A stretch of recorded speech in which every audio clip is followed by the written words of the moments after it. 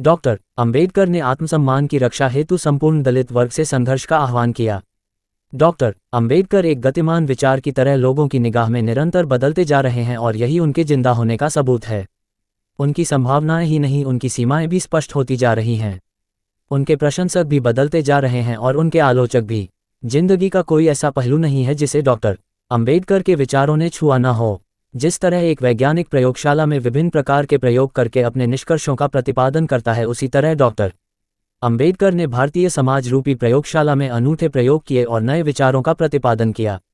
कोई व्यक्ति जन्म से महान नहीं होता, यह महानता उसे अपने जीवन में त्याग और परिश्रम की भारी पूंजी लगाकर प्राप्त करनी होती है।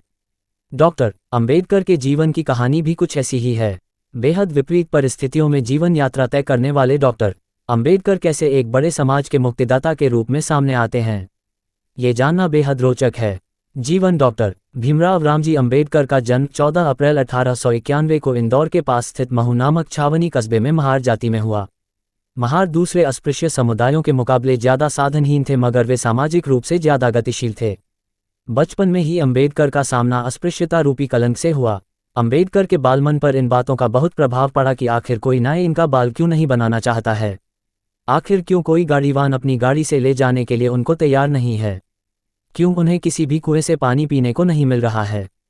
डॉक्टर अंबेडकर का उदय उस अपमानजनक सामाजिक व्यवस्था में होता है जहां मनुष्य असमानता और मानसिक जकड़न की बेड़ियों में जकड़ा हुआ है। बचपन से ही मेधावी अंबेडकर की प्राथमिक शिक्षा छावनी के प्राथमिक विद्यालय से हुई और उन्होंने 17 में भी अध्ययन किया। बाद में उनके पिता मुंबई आ गए तो उन्होंने एल्फिंस्टन कॉलेज में दाखिला लिया। उन्होंने न्यूयॉर्क स्थित कोलंबिया विश्वविद्यालय से अर्थशास्त्र में M.A. की डिग्री हासिल की और फिर 1916 में वे लंदन के लिए रवाना हो गए, जहां उन्हें कानून की पढ़ाई के लिए ग्रेज इन में दाखिला मिल गया। कोलंबिया में वह अपने 2 प्रोफेसरों जॉन ड्यूवी और R.A. सेलिगमान से खासतौर से प्रभावित हुए। डॉक्टर अंबेडकर के विचारों पर गौतम बुद्ध, कबीर और ज्योतिबा फुले का प्रभाव स्पष्ट रूप से था और वे इस बात को हमेशा स्वीकार भी करते रहे। कबीर ने उन्हें भक्ति मार्ग दिखाया तो ज्योतिबा फुले से उन्हें संघर्ष की प्रेरणा मिली। बुद्ध ने उन्हें मानसिक शांति और समता का संदेश दिया। उन्हीं के आदर्शों पर चलकर उन्होंने सामूहिक धर्म परिवर्तन किया। 1917 में वे लंदन से भारत आ गए। 1917 में भारत लौटने पर उन्हें बड़ौदा महाराजा के सैन्य सचिव के रूप में नौकरी मिली। बड़ौदा में अपनी वास्तविक पहचान के आधार पर डॉक्टर अंबेडकर को रहने के लिए जगह तक नहीं मिल पाए। इस अपमानजनक अनुभव ने डॉक्टर अंबेडकर की अंतरात्मा को गहरे तौर पर प्रभावित किया। यहाँ से अंबेडकर एक राजनीतिक योद्धा के रूप में नया अवतार ग्रहण करते हैं। कार्य वर्ष 1920 में उन्होंने कोल्हापुर के महाराजा शाहू महाराज की आर्थिक सहायता से मूकनायक नामक एक जर्नल की शुरुआत की। 1921 में उन्होंने मास्टर ऑफ साइंस की डिग्री हासिल की और अगले साल द प्रॉब्लम ऑफ रूपी शीर्षक के तहत अपना शोध पत्र प्रस्तुत किया। इसके बाद वे भारत लौटे और मुंबई में वकालत की शुरुआत की और यहीं से सार्वजनिक जीवन में उनके कड़वाहट भरे दिनों की शुरुआत हुई।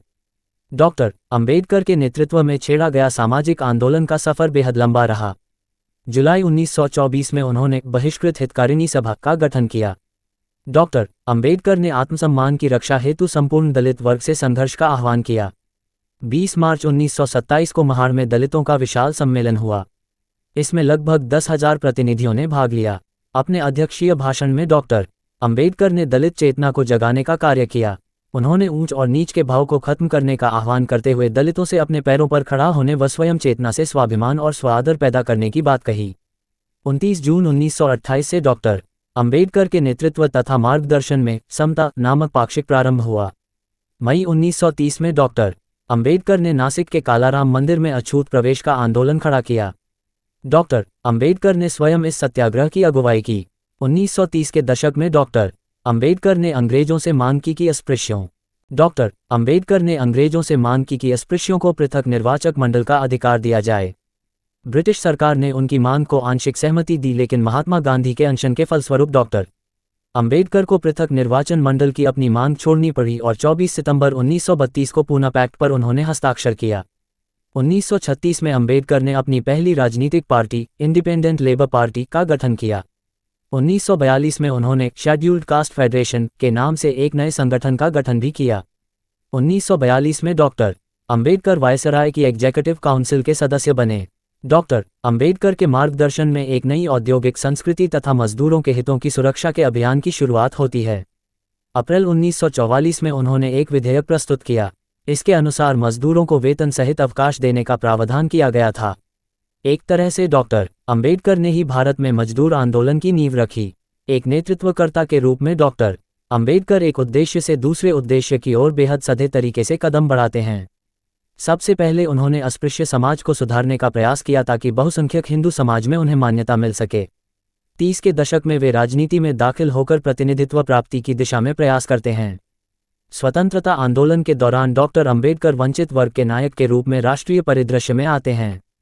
3 अगस्त 1947 को जवाहरलाल नेहरू ने उन्हें अपनी सरकार में विधि मंत्री के रूप में नियुक्त किया और 3 सप्ताह बाद 29 अगस्त को उन्हें संविधान की प्रारूप समिति का अध्यक्ष बनाया गया। डॉक्टर अंबेडकर इस प्रकार से भारतीय संविधान के निर्माता के रूप में सामने आते हैं।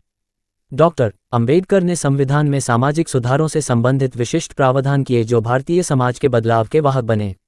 डॉक्टर अंबेडकर ने दीर्घकालिक सुधारों पर बल दिया और हिंदू कोड बिल के माध्यम से आवश्यक सुधार की कोशिश की। अपनी मांग पर उचित कार्रवाई न होते देख सितंबर 1952 में डॉक्टर अंबेडकर ने सरकार से इस्तीफा दे दिया। जीवन के अंतिम दिनों में उनका झुकाव बौद्ध धर्म की तरफ हुआ और 14 अक्टूबर को दशहरा के महत्वपूर्ण हिंदू पर्व के दिन नागपुर में विशाल जनसमूह के सामने उन्होंने बौद्ध धर्म को स्वीकार कर लिया। 6 दिसंबर 1956 को वंचित समुदाय के इस महानायक का देहांत हो गया। विचार डॉक्टर अंबेडकर अपने समकालीन चिंतकों की तरह मात्र किताबी ज्ञान पर ही आधारित नहीं थे, अपितु भारतीय एवं विदेशी शिक्षा के उच्च स्तरीय बौद्धिक ज्ञान के अद्वितीय संगम एवं सामाजिक आंदोलनों के नेता और समाज सुधार की भूमिका निभाने के दौरान प्राप्त व्यवहारिक ज्ञान की देन थे। इसके साथ साथ भारतीय संविधान के रचयिता के रूप में भी उन्होंने राष्ट्र की सेवा से भी अनुभव ग्रहण किया। अंत में वे एक धार्मिक सन्यासी बने और अपने लाखों अनुयायियों के साथ स्वयं अपने धर्म बौद्ध में वापस आ गए। डॉक्टर अंबेडकर के विचारों का सबसे अहम पहलू यह है कि उन्होंने अपने ज्ञान को केवल मौखिक परंपरा के माध्यम से ही नहीं रचा, अर्थात सार्वजनिक रूप से अपने दल के लोगों या अनुयायियों को भाषण देना ही नहीं, बल्कि उन्होंने अनुसंधान किया और अपने ज्ञान को लिखित रूप में प्रकाशित किया। धर्म डॉक्टर अंबेडकर ने हिंदू धर्म दर्शन का गहराई से अध्ययन किया।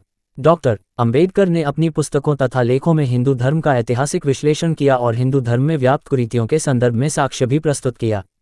डॉक्टर अंबेडकर धर्म दर्शन के विभिन्न आयामों का विश्लेषण करते हुए हिंदुत्व के दर्शन की व्याख्या करते हैं। डॉक्टर अंबेडकर हिंदू धर्म के दर्शन का परीक्षण करने के लिए न्याय की कसौटी तथा उपयुक्तता की कसौटी पर इसे परखते हैं। उनका मानना है कि न्याय का सिद्धांत एक सारभूत सिद्धांत है और उसमें लगभग उन सभी सिद्धांतों का समावेश है जो नैतिक व्यवस्था का आधार बने हैं। न्याय ने सदा ही समानता के सिद्धांत का प्रतिपादन किया है और निष्पक्षता से समानता उभरी है। डॉक्टर अंबेडकर हिंदू धर्म का मूल्यांकन करते हुए बताते हैं कि जातीय श्रेष्ठता के भाव की वजह से हिंदू धर्म क्षमता आधारित समाज बनने में विफल रहा है। वर्ण एवं जाति व्यवस्था तथा अस्पृश्यता अंबेडकर ने समाज के अस्पृश्य, उपेक्षित तथा सदियों से सामाजिक शोषण से त्रस्त दलित वर्ग को राष्ट्र की मुख्यधारा से जोड़ने का अभूतपूर्व कार्य ही नहीं किया, बल्कि उनका पूरा जीवन समाज में व्याप्त रूढ़ियों और अंधविश्वास पर आधारित संकीर्णताओं और विकृतियों को दूर करने पर भी केंद्रित रहा। डॉक्टर अंबेडकर भारत में एक ऐसे वर्गविहीन समाज डॉक्टर अंबेडकर भारत में एक ऐसे वर्गविहीन समाज की संरचना चाहते थे जिसमें जातिवाद, वर्गवाद, संप्रदायवाद तथा ऊंच नीच का भेद न हो और प्रत्येक मनुष्य अपनी अपनी योग्यता के अनुसार सामाजिक दायित्वों का निर्वाह करते हुए स्वाभिमान और सम्मानपूर्ण जीवन जी सके। अस्पृश्यता उन्मूलन के लिए उन्होंने न सिर्फ संघर्ष किया बल्कि संविधान में इसके निवारण के लिए स्पष्ट प्रावधान भी किया। वे मानव समाज को चुनौती देते हुए कहते हैं कि ये दायित्व इस दुनिया का है कि वह सभी पिछड़े लोगों के साथ दलितों की जंजीरें तोड़कर उन्हें स्वतंत्र करें। डॉक्टर अंबेडकर ने तत्कालीन विचारों को खारिज करते हुए तर्क दिया कि टूटे फूटे मकान की रंगाई पुताई करके उसकी दुर्दशा को छिपा तो सकते हैं लेकिन सुधार नहीं सकते। ऐसी हालत में उसे गिराकर नया मकान बनाना ही उपयुक्त होगा। अंबेडकर के अनुसार अस्पृश्यता की जड़ें हिंदू वर्ण व्यवस्था में निहित हैं, अतः इसको प्रथा को मिटाने के लिए वर्ण व्यवस्था का अंत जरूरी है। डॉक्टर अंबेडकर ने शासन की संस्थाओं में दलित वर्गों के उचित और पर्याप्त प्रतिनिधित्व पर बल दिया और सामूहिक भोज तथा अंतर्जातीय विवाह का समर्थन किया। महिलाओं की स्थिति पर विचार डॉक्टर अंबेडकर महिलाओं की उन्नति के प्रबल पक्षधर थे। उनका मानना था कि किसी भी समाज का मूल्यांकन इस बात से किया जाता है कि उसमें महिलाओं की क्या स्थिति है। दुनिया की लगभग आधी आबादी महिलाओं की है, इसलिए जब तक उनका समुचित विकास नहीं होता कोई भी देश चहुमुखी विकास नहीं कर सकता। डॉक्टर भीमराव अंबेडकर ने महिलाओं की स्थिति में सुधार लाने के लिए 2 मुख्य अखबारों की स्थापना भी की थी। मुकनायक और बहिष्कृत भारत नामक ये अखबार महिला सशक्तिकरण का मुख्य केंद्र थे। 18 जुलाई 1927 को करीब 3000 महिलाओं की एक संगोष्ठी में बाबा साहब ने कहा था कि आप अपने बच्चों को स्कूल भेजिए। शिक्षा महिलाओं के लिए भी उतनी ही जरूरी है जितना कि पुरुषों के लिए। यदि आपको लिखना पढ़ना आता है तो समाज में आपका उद्धार संभव है। डॉक्टर अंबेडकर ने महिलाओं की स्थिति में सुधार लाने के लिए 2 मुख्य अखबारों की स्थापना भी की थी। मुकनायक और बहिष्कृत भारत नामक ये अखबार महिला सशक्तिकरण का मुख्य केंद्र थे। 18 जुलाई 1927 को करीब 3000 महिलाओं की एक संगोष्ठी में बाबा साहब ने कहा था कि आप अपने बच्चों को स्कूल भेजिए। शिक्षा महिलाओं के लिए भी उतनी ही जरूरी है जितना कि पुरुषों के लिए। यदि आपको लिखना पढ़ना आता है तो समाज में आपका उद्धार संभव है। 5 फरवरी 1951 को डॉक्टर भीमराव अंबेडकर ने संसद में हिंदू कोड बिल पेश किया। इसका मकसद हिंदू महिलाओं को सामाजिक शोषण से आज़ाद कराना और पुरुषों के बराबर अधिकार दिलाना था। राज्य का स्वरूप। राज्य के स्वरूप से संबंधित डॉक्टर अंबेडकर के विचार उदारवादी एवं लोक कल्याणकारी राज्य की अवधारणा से मिलते जुलते प्रतीत होते हैं। उदारवादी अवधारणा की तरह डॉक्टर अंबेडकर व्यक्ति की गरिमा को महत्व देते हैं, लेकिन राज्य के हस्तक्षेप को स्वीकार नहीं करते हैं। वह समाजवादी राज्य की संरचना की तरह राज्य को एक आवश्यक संस्था के रूप में देखते हैं, लेकिन राज्य की असीमित शक्तियों को अस्वीकार भी करते हैं। डॉक्टर अंबेडकर राज्य और सरकार से संवेदनशीलता की अपेक्षा करते हैं, जो समाज के वंचित समुदाय के लिए सकारात्मक कदम उठाए और एक ऐसी सामाजिक व्यवस्था की स्थापना हो जहां पर स्वतंत्रता, समानता एवं बंधुत्व का भाव हो। शासन प्रणाली। डॉक्टर अंबेडकर ने संसदीय शासन प्रणाली का समर्थन किया। एक ऐसी शासन प्रणाली के पक्ष में थे जिसमें कार्यपालिका समर्थ होने के साथ साथ उत्तरदायी और संवेदनशील भी हो। ये कार्यपालिका व्यवस्थापिका के निर्देशन में कार्य करें तथा वह संसदीय व्यवस्था में बहुमत द्वारा अल्पमत के हितों की उपेक्षा न हो।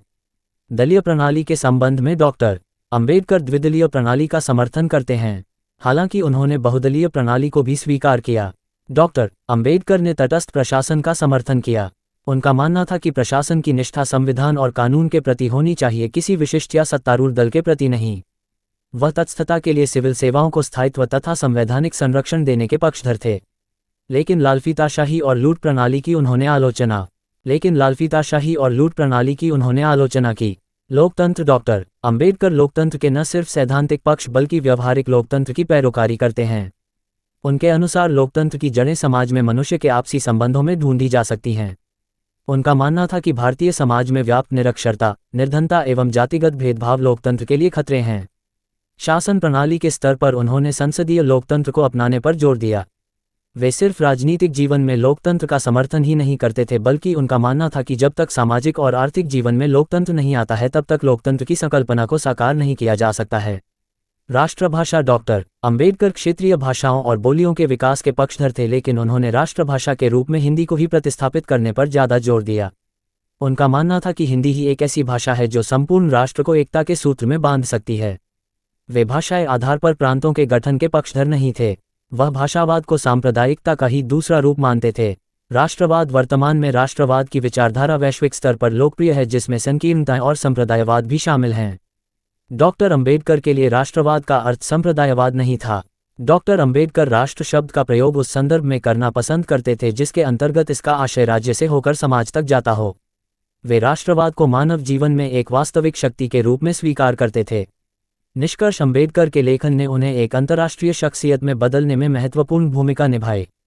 दलित समुदाय के लिए डॉक्टर अंबेडकर एक नायक और एक सामाजिक कार्यकर्ता थे, लेकिन बड़े पैमाने पर दुनिया के लिए अंबेडकर एक जागरूक और जीवंत विचारक थे। एक विचारक के रूप में उनकी साख उनके लेखों, पुस्तकों और पत्रिकाओं और उनके द्वारा प्रकाशित समाचार पत्रों के माध्यम से स्थापित हुई। डॉक्टर अंबेडकर की विचारधारा एक नई, जीवंत सामाजिक व्यवस्था के निर्माण के लिए प्रासंगिक है, जो किसी व्यक्ति की गरिमा को बरकरार रखे और उसे अज्ञानता, शर्म और अपमान के बंधनों से मुक्त करे। राष्ट्र निर्माण की उनकी दृष्टि स्वतंत्रता, समानता और बंधुत्व पर आधारित है और उन्होंने वेदों की अचूकता को त्याग दिया और वर्ण व्यवस्था और श्रेणीबद्ध असमानता को खारिज कर दिया। मानवतावाद और तर्कसंगतता के प्रति उनका लगाव और गरीबों और दलितों के प्रति उनका लगाव इस बात का संकेत देता है कि अंबेडकर एक महान राष्ट्र निर्माता थे। अपनी विभिन्न भूमिकाओं, कार्यों और अपने विपुल लेखन के माध्यम से उन्होंने सामाजिक परिवर्तन का नेतृत्व किया। डॉक्टर अंबेडकर भारतीय इतिहास के उन नायकों में शुमार हैं जिनके विचारों, दर्शन और कर्म का एक बड़ी आबादी पर व्यापक और त्वरित प्रभाव पड़ा। डॉक्टर अंबेडकर ने वंचित समुदाय के जीवन संसार को बदलकर रख दिया। शिक्षित बनो, संगठित रहो, संघर्ष करो जैसे मंत्र ने हाशिए के समाज में एक नई चेतना का संचार किया। देश दुनिया में डॉक्टर अंबेडकर के कार्यक्रमों को अलग अलग चलाने वाले संगठन और संस्थाएं तो हैं, लेकिन उनके समग्र दर्शन पर चलने वाले और विचारधारा का एक ढांचा तैयार करने वाले राजनीतिक संघर्ष का आकार लेना अभी बाकी है। सूचना सिर्फ मान्यताओं और जानकारियों पर आधारित है। यहाँ ये बताना जरूरी है कि यह मेरा वीडियो किसी भी तरह की मान्यता, जानकारी की पुष्टि नहीं करता है। किसी भी जानकारी या मान्यता को अमल में लाने से पहले संबंधित विशेषज्ञ से सलाह लें। धन्यवाद।